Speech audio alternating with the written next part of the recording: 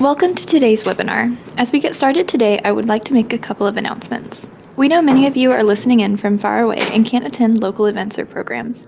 That's why we provide this free webinar series. We host multiple webinars per month, so please visit our website to view the current schedule for 2018. Simply visit our website at www.johnson-center.org and click on the webinars link on the right-hand side. New webinars and events are often added, so if you are not on our email list, I encourage you to visit our website and click on the Join Our Email List link that appears on the homepage. To get instant news and events from the Johnson Center, follow us on Facebook, Instagram, and Twitter, as we often announce grants and scholarship opportunities, research opportunities, and special events and presentations there. And be sure to check out our YouTube channel at youtube.com/The Johnson Center. There you will find a library of several of our past webinars covering a wide variety of topics. For those of you who are local, be sure to follow our social media pages for upcoming announcements about exciting spring break and summer camps and classes, as well as a special announcement for new grants and scholarships for counseling services. And be sure to follow our colleagues at the Autism Research Institute as they host their own webinar initiative and they share some great resources on their website and social media pages. If you would like a certificate of attendance after today's webinar, look for a follow-up email in your mailbox 1 hour after the webinar concludes, or look for the link on our YouTube channel in the webinar description. It will contain instructions on how to get your certificate. If you have questions during the live webinar, you may type them into your GoToWebinar control panel. If you are watching a recording of this webinar, you may email questions to the presenter at info@johnson-center.org. Today's webinar was prepared and presented by Jeanna Hill. Jeanna is the Family Care Coordinator and the Certified Child Life Specialist here at the Johnson Center, where she applies her experience and expertise to a wide variety of programs, including sibling support programs, medical play therapy, care coordination, and family support. Please welcome Jeanna Hill.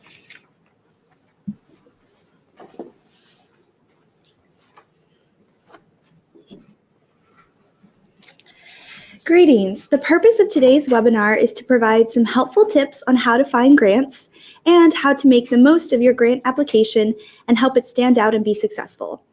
Our team has worked to research and identify many grants that have been useful in the past. However, I do want to mention that those we will be discussing today are used primarily as examples. We're not affiliated with many of these organizations, so if you have any questions specifically on the grants we'll be discussing today, I would encourage you to contact the organization directly. For today's webinar, I really wanted to highlight how overwhelming it can be to find grants and how long the process may take in applying and hearing back. We understand that this could be a stressful time, so we wanted to pull together some tips and tricks to help make your grant application stronger and provide some feedback from other families that have been approved by grants on what has been helpful for them.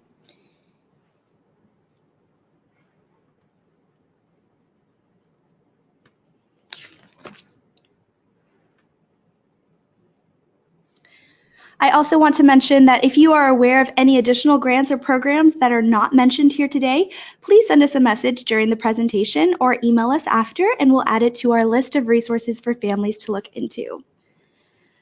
So for today, we'll be diving into researching grants and how to find them. This information can be very overwhelming, as I mentioned before, so I hope that we can help narrow down the search and provide you with some tools on how to access this information a little easier. The biggest part of this section is being able to identify your child's specific needs. So though this information will be pretty general, I would encourage families to really think through their child's, their family's specific needs when researching these grants. We will also be discussing how to organize your grant applications.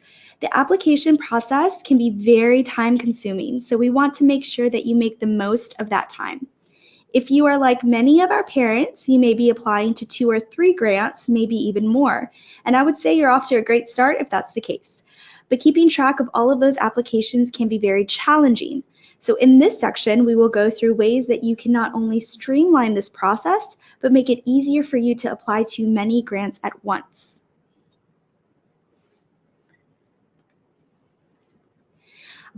I really wanted to take some time to review how important it is to consider eligibility requirements.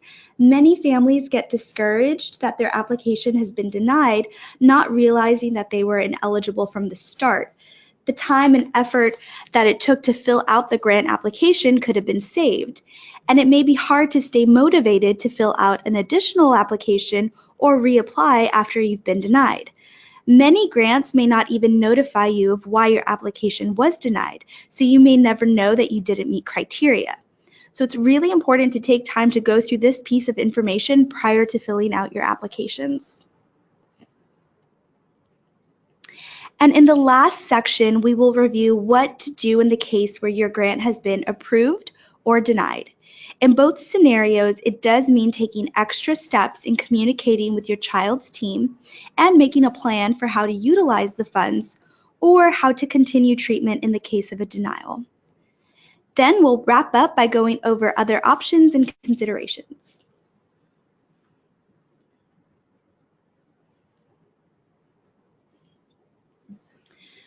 So which is the right grant for my family? This is a hard question to consider. There are many grants that are out there that cover things like therapy, medical cost, travel expenses, living expenses, and medication. So figuring out which grant is the best for your family really takes some financial planning. What are your highest expenses? What would really impact your family the most should you be approved? You may feel it may be easier to apply to only one grant if your child was recently recommended to start therapy and you can't afford those services. However, those grants may only cover a small portion of the therapy expenses, and it may be helpful to consider applying for multiple grants to cover long-term therapy expenses. When we first started researching grants, it felt like we were going down a rabbit hole of information. There were so many different state and national grants that covered any and all things. So we started identifying what families needed most help in. This helped us in cataloging grants and separated them by need. Were families looking for grants that were diagnosis specific? We have many families that travel to see us and express that that was the barrier to treatment. Maybe they couldn't afford the flight or the hotel accommodations. We also had some families express that their current therapy or medical bills were already so high they couldn't afford their medication or supplements. So these were all considerations we had when researching grants and found it best to start making a list of those specific concerns and funding that would address those areas in need.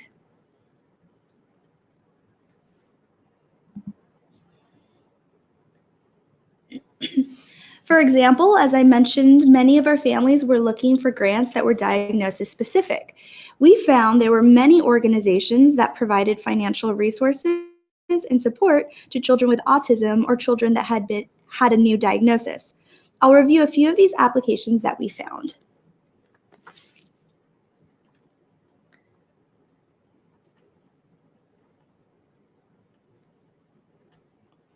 So some examples of grants available to people with autism include Act Today. This is a national nonprofit organization whose mission is to raise awareness and provide treatment services and support to families to help their child with autism achieve their full potential. Grants are available for therapy and intervention, and families may apply annually. Act Today has specific time periods of enrollment. So if you are interested in applying for their grant, their open periods are listed on their website. They also include dates when families will be notified should they be approved. And this is helpful in providing families with an expected timeline so they can better prepare and make a plan should they be denied. The Helping Hand program, which is a program of the National Autism Association, provides families with financial assistance for medical treatment, laboratory testing, and physician-recommended supplements for their child with autism. Autism Speaks provides an emergency grant, the Autism Cares grant, for people with autism and their families who have experienced a natural disaster or a catastrophic life event. Scottish Rite and Shriner hospitals often have clinics and treatment that offer financial aid and support, and you should check one out in your local area. Some grants may not only have a cap on the amount that you request. So if your financial need is, let's say, $100, they may try and best match that, but it's important to note that not all grants work this way. For example, Helping Hands currently has a maximum amount that you may request. So this is helpful when you're considering your funding and how best to utilize those funds. Some grants also have specific age criteria, so be mindful of that. Some are also based on location, which we'll be talking about in the upcoming slides.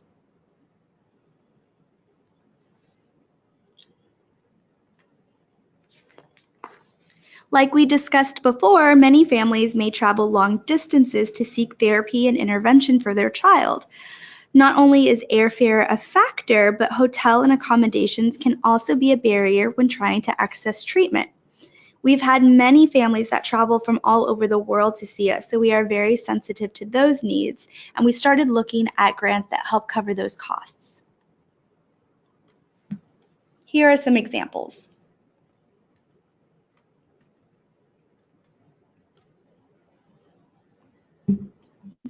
So the Air Charity Network provides access for people in need who are seeking free air transportation to specialized healthcare facilities or distant destinations. Air Charity Network serves all 50 states. The Angel Wheels to Healing, formerly the Angel Bus, provides non-emergency long-distance ground transportation to patients in need. Angel Bus utilizes gas cards, commercial ground transportation, and volunteer drivers to assist patients. Angel Flight arranges free air transportation for legitimate, charitable, and medical-related needs. Angel Flight primarily serves patients needing transportation to or from the Heartland region.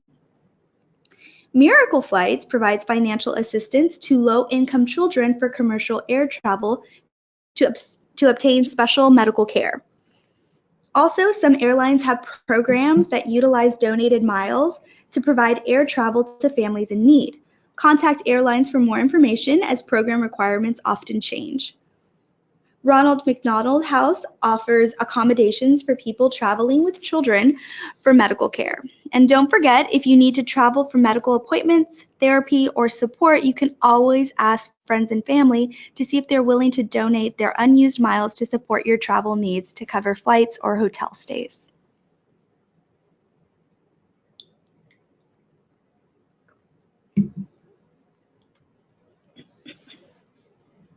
The cost of therapy can be high and sometimes may not be covered by insurance, or you may not have insurance. In those cases, grants that help cover the cost of therapy can be extremely helpful. If you are working with a speech therapist, occupational therapist, or physical therapist, I would suggest speaking with them directly to see if they have any resources on where you may find these grants. Many of our families have been successful in accessing grants to help cover the cost of ABA therapy.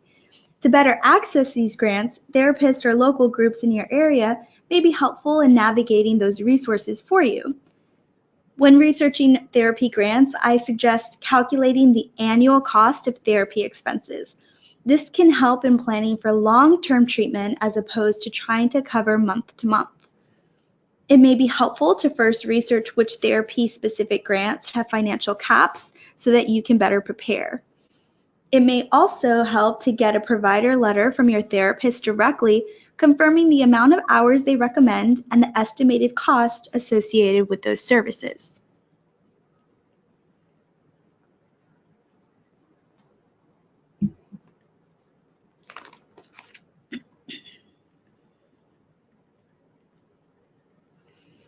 If your child takes any prescription medications, most pharmaceutical companies have grants or programs that help provide medication to people who have no insurance or are underinsured.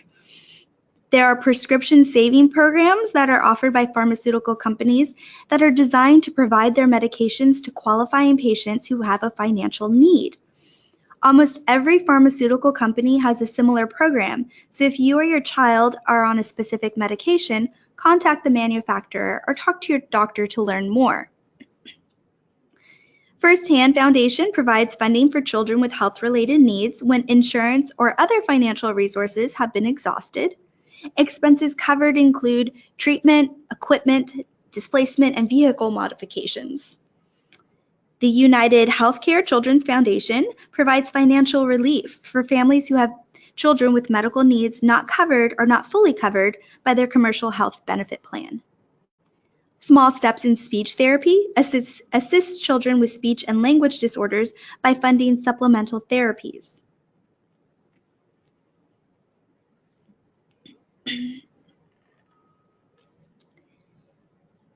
And as we talked about before, there are many grants that are state-specific, that is, only for residents living in that state. The best way to find these is to talk to your provider, talk to other families, or you can do a quick Google search. Start with local advocacy groups like the Autism Society of America chapter nearest you, or parent support groups like NAA or TACA, or local meetups. Here are some examples of some that are in Texas. The Autism Society of Texas, who offers the Hunter Hines grant that provides funding for service and support for adults on the spectrum. Imagine a Way offers grants to children in Central Texas to cover therapy and also help deliver a network of resources to help families with children diagnosed with autism. Then there is Variety, the children's charity of Texas, that awards the Heart of Variety Fund. This provides funding to children with special needs for things like equipment and products to enhance a child's limited mobility. They also provide assistance to medical needs and educational services. In addition, there is the Masonic Home and School of Texas. They sponsor the Brighter Future for Children program that provides assistance for children and family services, including medical and prescription services, counseling, and psychological services. There are many examples from all over the country. For example, the Asperger's Association of New England awards grants to families who have a child diagnosed with Asperger's syndrome or high-functioning autism, or a closely related condition with autism spectrum. The Spectrum of Hope Foundation grant funds families in the California area that have young children with autism. Funds can be used towards evaluations, assessments, special education, therapy such as ABA and speech therapy, or parent training and seminars. In Georgia, there's the Kiddos Clubhouse Foundation that awards scholarships to pay for therapeutic services or equipment. Hannah's Helping Hands is dedicated to improving the quality of life for children and adults with special needs. These grants are provided to families in the Washington area with stipends that may be used for a variety of supports and programs. The Special Kids Therapy offers scholarships to support children in Ohio with special needs with the cost of non-traditional therapy or activities that are not covered by insurance. Scholarships are not intended for medical expenses, insurance premiums, prescription costs, or schooling.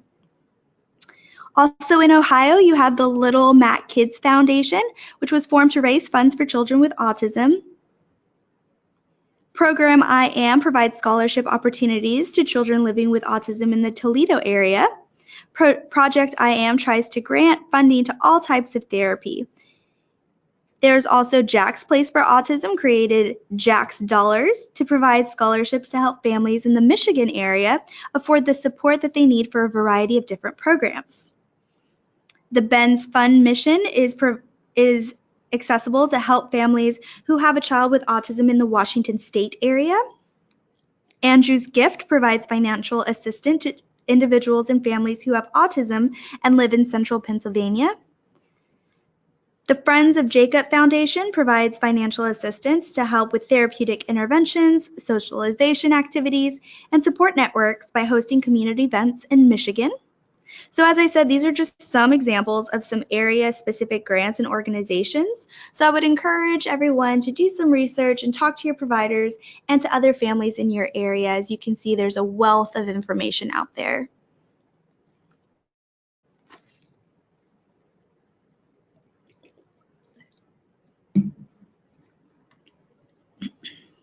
There are also several grants that help cover the cost of necessary equipment or communication devices, such as an iPad. iPads can now be used to help kids communicate with parents, therapists, and providers, and grants can help provide access to these support services, which can be extremely useful. If you are interested in this type of grant, I would suggest researching communication devices or equipment grants for children with special needs. You may find a load of information, so again, be mindful when looking through these grants to try and find those that best fit your family's needs and that you would be eligible for. Here are some examples of some grants that help cover the cost of iPads and medical and adaptive equipment. So as you can see, there's the app for children with special needs, which provides iPads to families with children dealing with special needs. Danny's Wish provides iPads. Fund It Forward seeks to ease the burden of families with special needs by raising money for adaptive equipment not covered by health insurance. Give a Voice program helps with funding for iPads as well. The Project Mariposa seeks to make the world more accessible to those with severe disabilities through targeted technology product grants. So each grant recipient will receive an iPad, a $50 gift card to Apple iTunes, and a free download of the Say Hi AAC communication app. And then there's the Zach's Voice, which provides iPads to children between the ages of 3 and 21. So again, just be sure when you're going through those grants, you're looking at criteria such as age.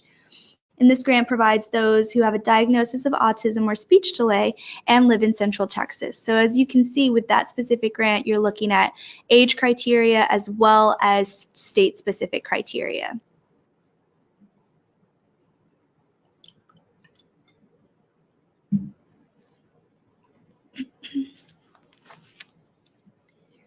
Families may also qualify for state services, which could help cover the cost of some of these therapies or interventions. For example, in the state of Texas, there are many programs administered that serve the individuals from birth to age 21 of age with autism spectrum disorders and their families. Services are primarily provided through state agencies such as the Texas Department of Assisted and Rehabilitation Services, or DARS, the Texas Department of Aging and Disability Service, the Texas Health and Human Services Commission, and the Texas Department of State Health Services. Often these services are offered in the form of a Medicaid waiver. Because the demand of these services often outweighs available resources, applicants' names may be placed on an interest list until services are available. However, some needs may be met through other programs until an applicant's name comes to the top of the list. Applicants are placed on an interest list first come, first served basis. When a person's name comes to the top of the list, he or she will be contacted by a caseworker. When the caseworker determines eligibility, that person will need to choose a provider to deliver services if they have not already done so. So please note that some of these waiting lists can take several years, and it's important to place an applicant's name on the interest list as soon as possible in order to receive services when they are needed.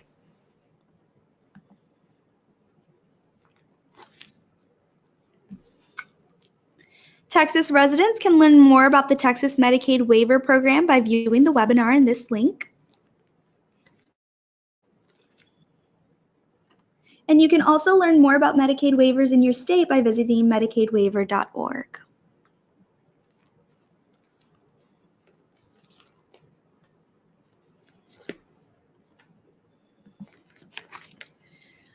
So now that we've discussed possible grant opportunities, let's tackle the logistics in applying for grants. When you have surveyed the possible grants and chosen those that best meet your family's needs, the next step is to identify the application requirements and criteria to ensure that your family is eligible for the grant. Some grants have financial caps, as we talked about, so you want to make sure that if they have the financial cap, you're aware of how to financially plan for that. Other grants have age restrictions, as you saw with the iPad grant. So it was between ages 3 to 21. And so if your child doesn't meet that age criteria, you may not want to apply for that grant. Some grants require confirmation of diagnosis or a proof of insurance. Other grants may not even consider your application without a provider referral letter. So all of these factors are important to consider when thinking through your application. Considering how significant it is to apply for these applications, you want to make sure that when you submit, you have not overlooked any of these requirements. Double check to make sure that you meet eligibility. It's also important to note that the grant application itself is not the only form that typically needs to be submitted. Many grants require supplemental information, including a recent tax return or pay stub to confirm your income. Think about how easily accessible this information would be to gather before you submit. If you have a time frame of when you need the grant by, you would want to start gathering this information well in advance. With all of these considerations, it's important to be mindful and take the time to sit out and fill out the grant applications.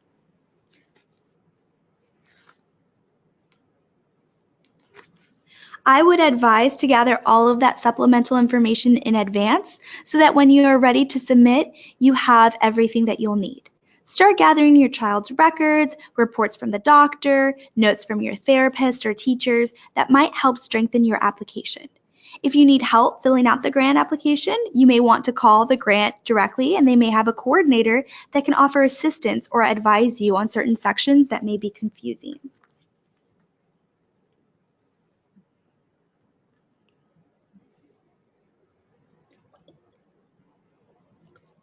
As mentioned before, filling out each grant application takes significant time and effort. Don't get discouraged if one grant application is 20 pages. That may very well be worth it in the end should you be awarded.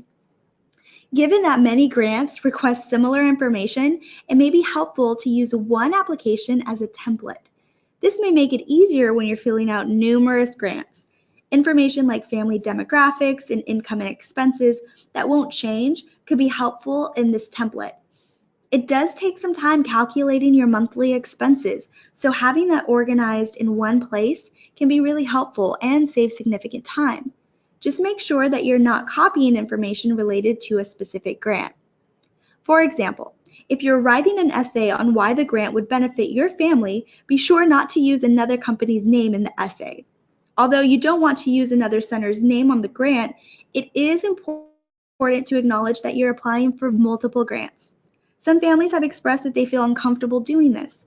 What if they are denied because the grant assumes they're being awarded from another organization? What if the grant only wants to help families that apply to their organization? This typically isn't the case. In fact, it may strengthen your application if the center knows that you're seeking financial support from multiple places.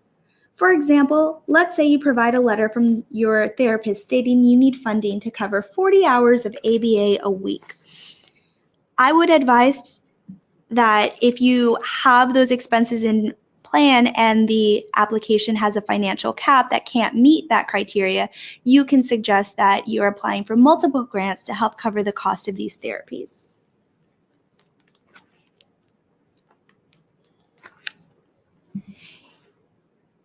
If the grant knows that you are applying for multiple grants and they know that you are taking the time and the effort to make sure that you have all of your bases covered, they're more likely to invest in you and your child. They know and they understand that the grant will not cover it alone and that you're working hard to plan and prepare how to cover those additional expenses. If you are seeking a medical grant, this could also be helpful. Again, let's say that you get a physician's note stating that the appointment fees and the lab costs are over what the grant can cover.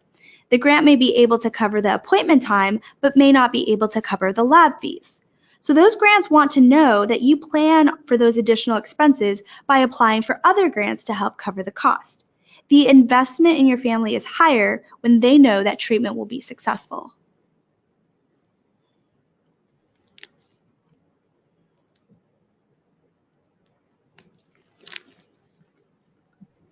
Most applications also require an essay detailing who your family is and why this grant would be helpful, and how your family is currently being financially impacted.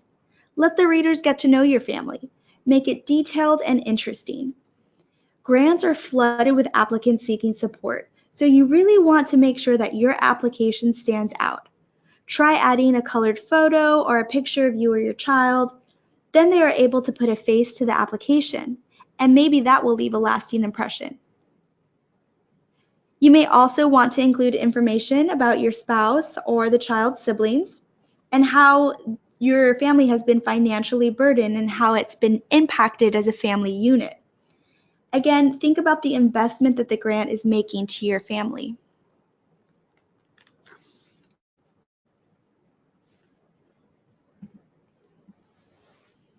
You can also help your application stand out by contacting all team members involved in your child's treatment.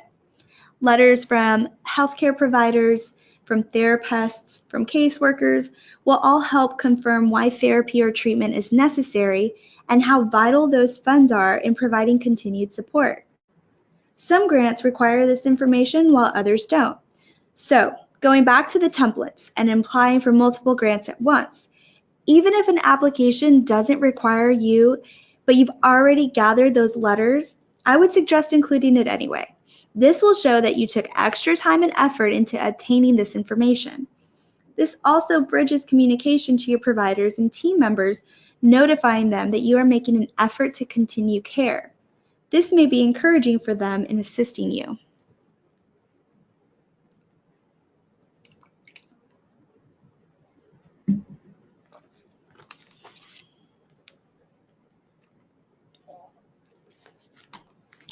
Your applications may also have a checklist.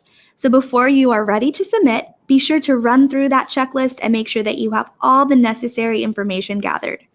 You will want to double check on the guidelines and the requirements. Some grants have a due date for submission, so be sure that you are within the admission timeframe. You also want to double check how to submit. Some grants may not accept emailed or faxed copies. Other grants may only accept this method, so be sure and double check how you are sending it off. If you are mailing your grant application, be sure and double check postage. We've had many families get their applications returned to sender due to insufficient postage. In this case, you may actually miss the deadline, so be sure that you add that extra stamp just in case. You may also want to consider sending your application to your provider to review. They may make suggestions on editing your family essay or including an updated treatment recommendation list. They may also have a better idea of the estimated fees and costs associated with treatment and can advise you on how much funding to request.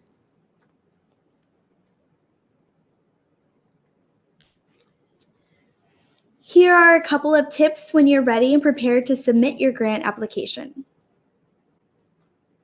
The first thing you want to do is document the day that you send it off. This will help you track how long it's been until you hear a response. Check if there are deadlines or specific dates that the organization will notify you by. Some grants have specific periods they are required to notify families by. If this period has passed and you have not heard a response, you can assume that you have been denied. If the grants do not have a specific date to notify you by, you may want to wait a week or so before contacting the organization directly to confirm that they received your application. Know that it may take several weeks or even months to hear back, so be prepared to patiently wait until you hear a response. If you are like some families, you may request that your case manager or therapist sends the application off for you. While many may be happy to do so, I would discourage families from submitting it this way. You are less likely to be able to track the application and when it was sent off or know when the application was returned for some reason. If you do not have access to a fax, I would suggest mailing a hard copy.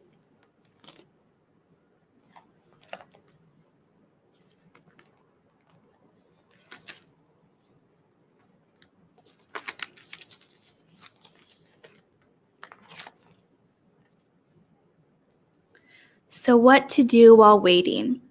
I know it can be frustrating and discouraging waiting for a response, but don't give up.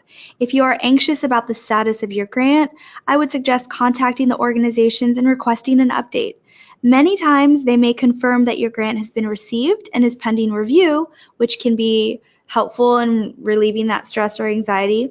Or this may be an opportunity when they let you know that your grant was incomplete or they have not received it at all. So it's really helpful to just check in and especially check in more than once. It's an important reminder for them to also check on the status of your grant. During this time period, it may also be beneficial to make a plan in the case of a denial. This is especially important if treatment is pending a grant approval. If you are not approved, be prepared on how to move forward with treatment another way. This could be creating a GoFundMe account or hosting a fundraiser. You should also check in with your provider. There are times that the grant will notify the center directly, should your application be approved or denied. So it may be helpful to check in with them to see if they've heard anything. You can also consider asking your case manager or coordinator to call and check in as well.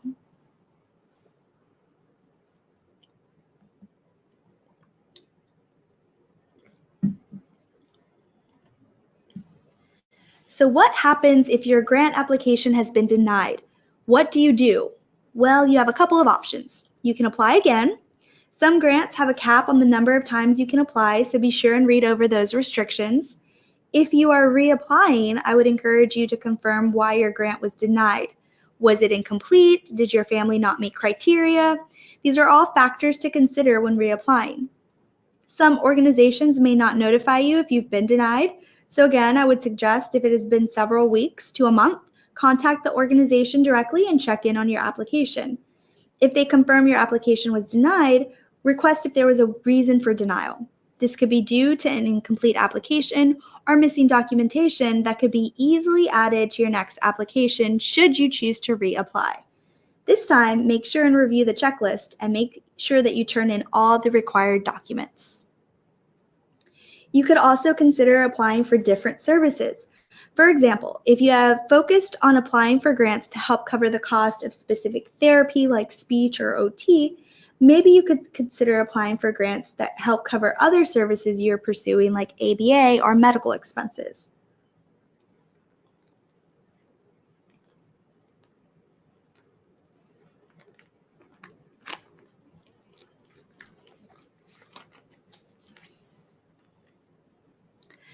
For some lucky families, congratulations are in order. You have been approved. Your hard work has paid off, and now it's time to start planning how to utilize those funds. If the grant was for annual treatment, think about how you'll be able to use and track your funds. It's best to start a spreadsheet so that you can keep all of your invoices and know exactly what amount has been used. You should also contact your provider to let them know that you have been awarded to ensure that they bill appropriately. Many grants will request payment directly from the center. Prior to scheduling, make sure that you remind staff members to bill the grant directly for those services. Few grants will send you the funds directly. However, if they do, it's helpful to spread those payments out.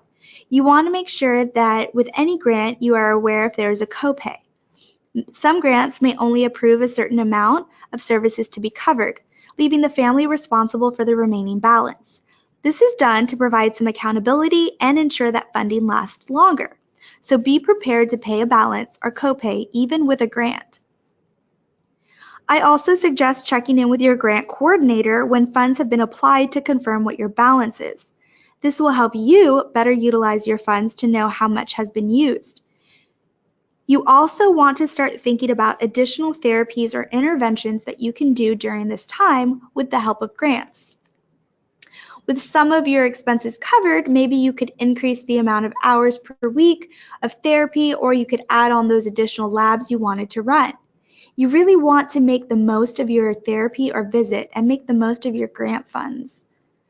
You also want to clearly communicate with your provider to make sure that they are sending the grant coordinator updates on treatment and any notes that might be helpful for future grant determination. You should also consider sending picture updates to the grant coordinator to keep everyone posted on the progress and success thanks to the continued funding for treatment. A thank you note would be highly encouraged.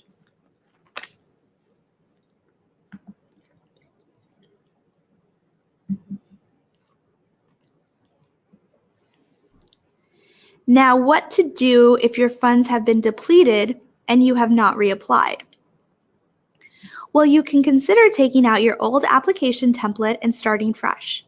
Start researching new grants and thinking through what services are now beneficial for your family. As your child grows, their needs change, so maybe your expenses have also changed. Update your grant template and start working towards looking at eligibility requirements and new possibilities.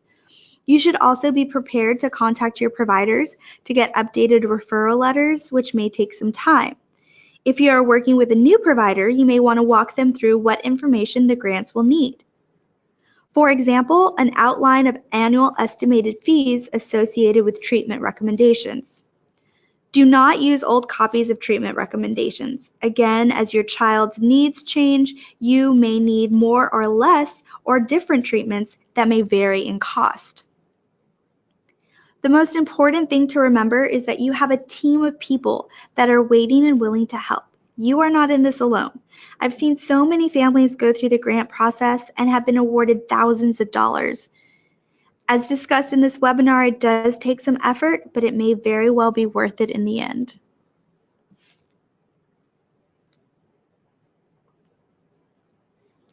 When to start reapplying? Some grants will cover annual costs, which can be helpful in providing you with a timeline to prepare and plan for reapplying. Other grants may only award a certain amount as they may have a cap. This may be then at your discretion to use over the course of treatment. In this case, it's really important to track and calculate how much funding you have and when to best start reapplying. Knowing that grants do take some time, I would suggest making an effort to start gathering updated supplemental information early. Don't wait until your funds have been depleted to reapply. This could cause a gap in between interventions if you are unable to continue without grant support. Reapply early. Some families are hesitant to reapply to the same grant since they have already been awarded, but I would encourage you to do so. I have worked with many families that have actually been successful in applying for the same application several times for the same grant. As you start communicating progress and success with the grant coordinator, they get to know your family and are more likely to invest in more funds for continued treatment. It's really important to build that relationship and notify the grant organization on what an impact the funding has made to the family. It's also important to communicate this to current team members so they too can start thinking about provider referral letters and getting you updated treatment recommendations that will help you in your efforts to reapply when necessary.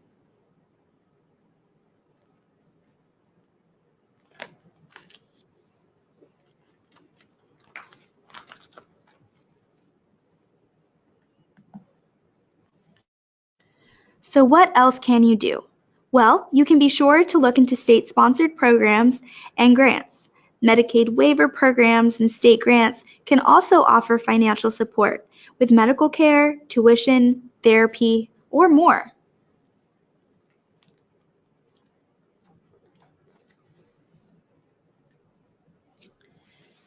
You can also make sure that you're making the most of your insurance. There are many times we have seen patients or parents assume something isn't covered or give up on the first denial and leave potential coverage on the table. It can take some work, but be sure to fully utilize any insurance coverage that you may have.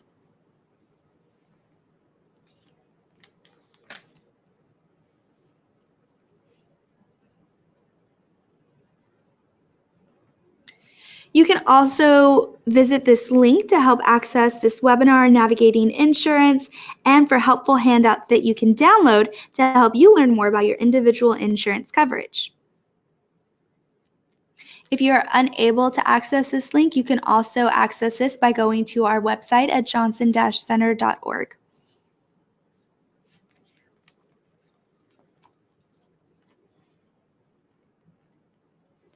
So what else can you do? You've talked to your providers about your financial needs and asked for recommendations and resources. You've researched and applied for state programs. You've researched and applied for grants. What else can you do? You can get creative. Whether you are looking for funding for counseling, therapy, medical interventions, technology support such as an iPad, caregiver support, or diagnostics, we've seen families come up with some very creative solutions.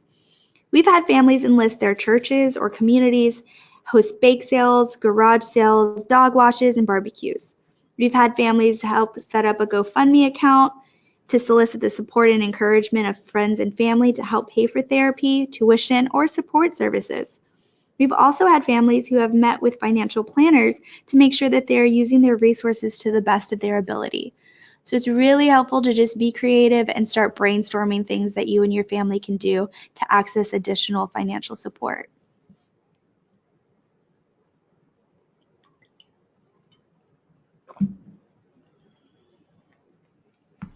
You can also talk to your provider. To reiterate one last time, it's the most important thing. Talking to your provider can help them network and get you in contact with other resources that may be helpful in obtaining these financial services. They can help connect you to schools, therapists, different providers, or they may have their own scholarships, support programs, or payment plans, and they would likely know of resources that other people have found. So talk to them and let them help you.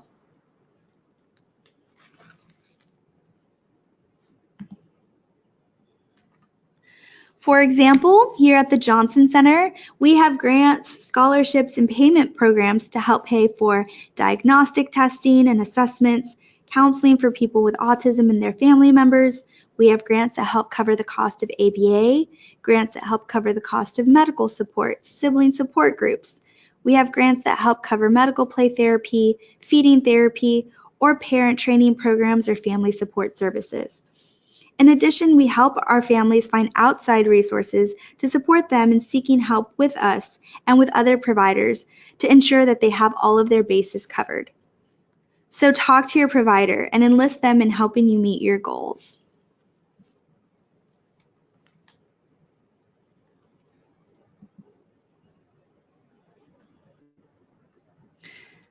So I'd like to thank everyone for attending today's webinar on grants. If you have any questions, we'll take some time to get through those. And if you are interested in any additional resources that we have available at the Johnson Center, you can always email us at info@johnson-center.org. If you have any questions about the grants that we talked about today, again, I would encourage you to contact those grants directly. Remember, we're not associated with those grants. We just use them as a referral and examples.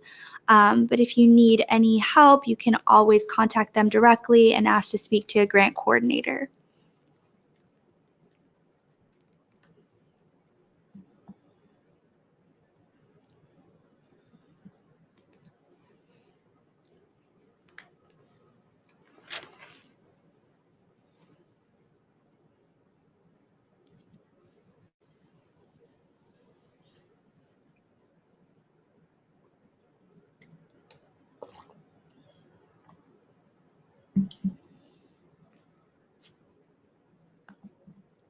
I'm just going to take some time to read over some of these questions.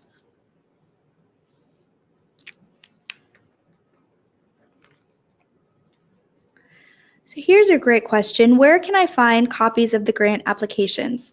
You can actually find most copies on the company or the center's website. Some grants will request that you apply online, and so you will actually have to apply directly through their website. Others may have hard copies on their website that you can print and fill out, and then they require you to mail those back or fax those over. So again, if you just want to pay attention to how they require submission, if it is all online, if you don't have access, you can look at going to a library. That way you can be able to submit those online. If it's a hard copy and you don't have access to email or scanning, you can go somewhere where you might be able to fax that. So just a lot of different options that you have available, but be sure and look at how they request submission.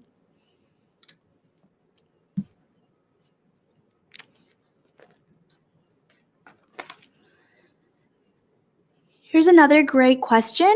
I feel like my family won't qualify for most grants because we make too much money. The cost of therapy is still high and we can't afford it. What do families do when their income is high but the expenses are higher? This is a really great question and it comes up pretty often. I think that it's always a good idea to submit an application. I always encourage families to apply even if they think that their income may be too high. Many grants will ask for a copy of your expenses and take those into consideration when they review your grant. So many understand that even if you make into the six-figure digits, the cost of the therapy and intervention can also be extremely high. And so they're looking at not only what your income is, but what your expenses are and how much you're paying for additional therapy. So yes, I would definitely say if the grant does not have a cap on what your income is, if they don't have that listed on their application as a requirement that you have to make under a certain amount, go ahead and apply.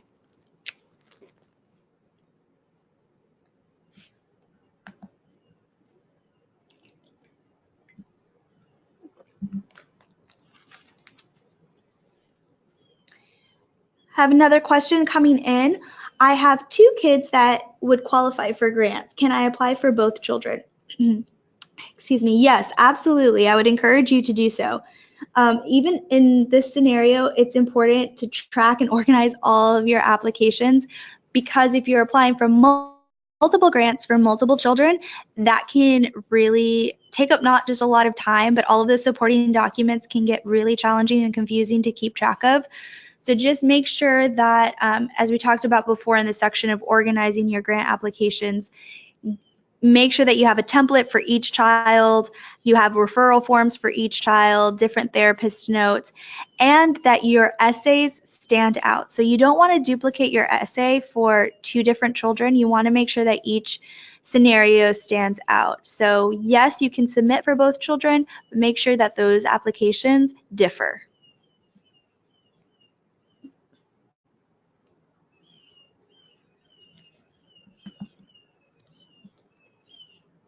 We're going to take a few more questions.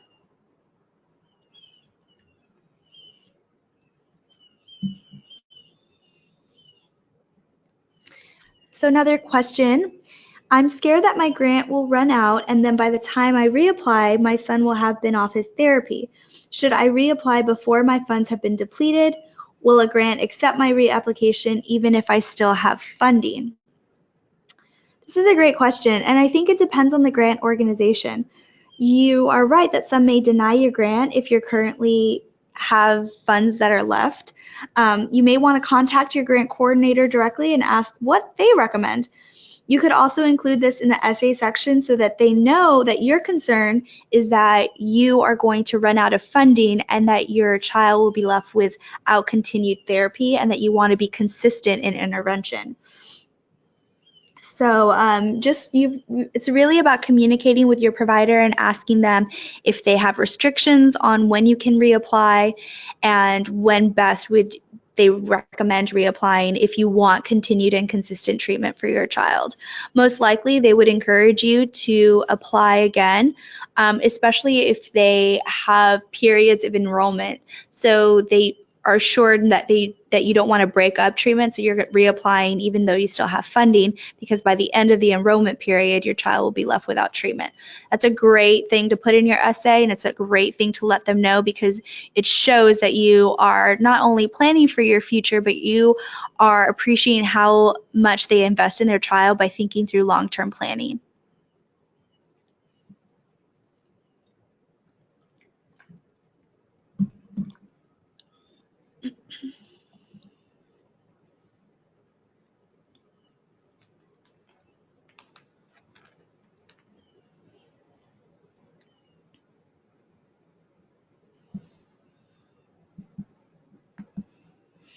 Okay, here's another question. How many provider letters should I submit?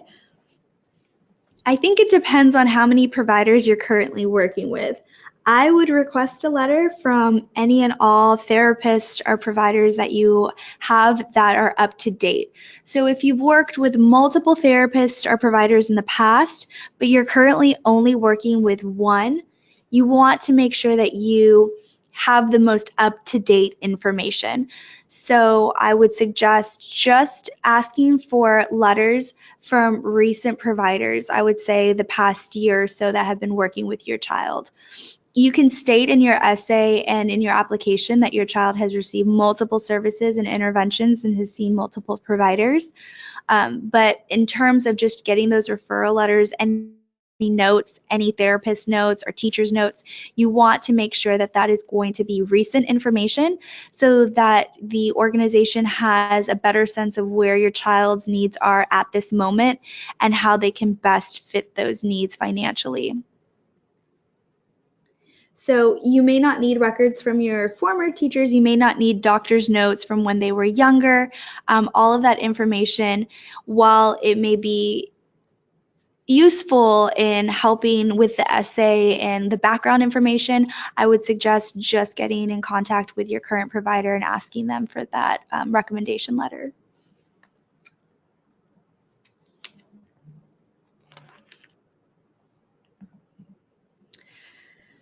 So I want to thank everyone again for your time and attention on today's webinar. I hope that this has been useful information for you guys. I would continue to check out our website to get up-to-date information on upcoming webinars and events that are coming up. And if you have any questions, you can always email us at info@johnson-center.org. Thank you again.